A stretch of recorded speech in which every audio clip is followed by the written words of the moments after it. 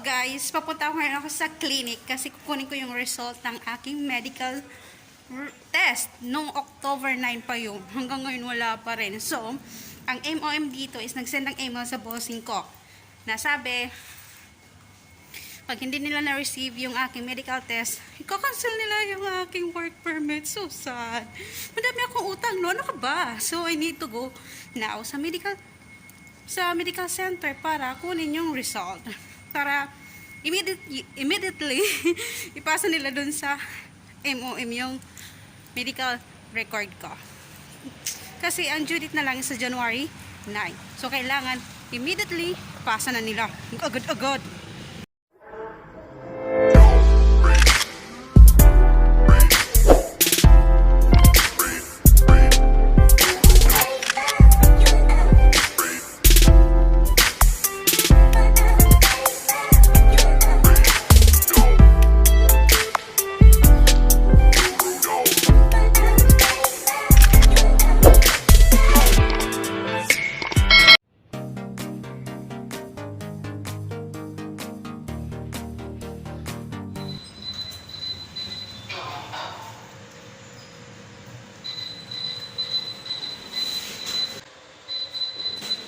So, nakikita nyo dyan is madaming tao. So, pipila tayo. O, hindi na ako pipila guys. Kasi,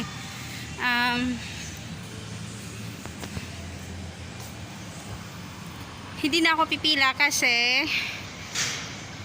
magtatanong lang naman tayo kung bakit hindi nila napasa yung aking medical record sa M.o.m.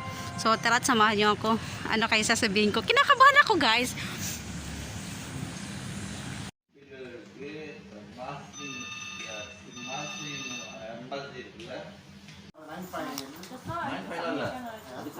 Finish? Okay, thank you.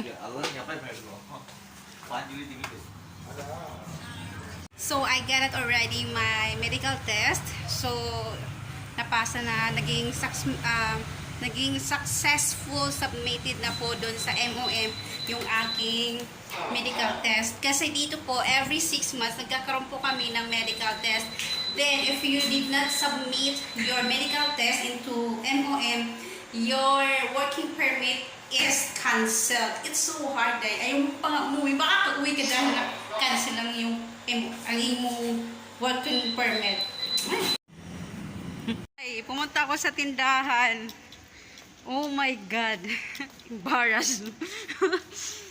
Wala akong dala ni piso. Oh my God. Naiwan yung $50 sa bahay. Sus, Maria Jose. Nakakahiya as in. Nakakahiya sobra-sobra. Grabe, pumunta ako sa tindahan. Tapos wala pala akong dalang pera. Tanong ko may battery sila doon. Oh my God, nakakahiya. Kapag napagmumukha ako, matagal na talaga makapal na pagmumukha ako. Ay, Diyos ko Lord. So, if you like this video, just give it thumbs up and subscribe. And don't forget to hit the bell button. So, I have successful submitted na po ang aking medical test. So, bye for now guys.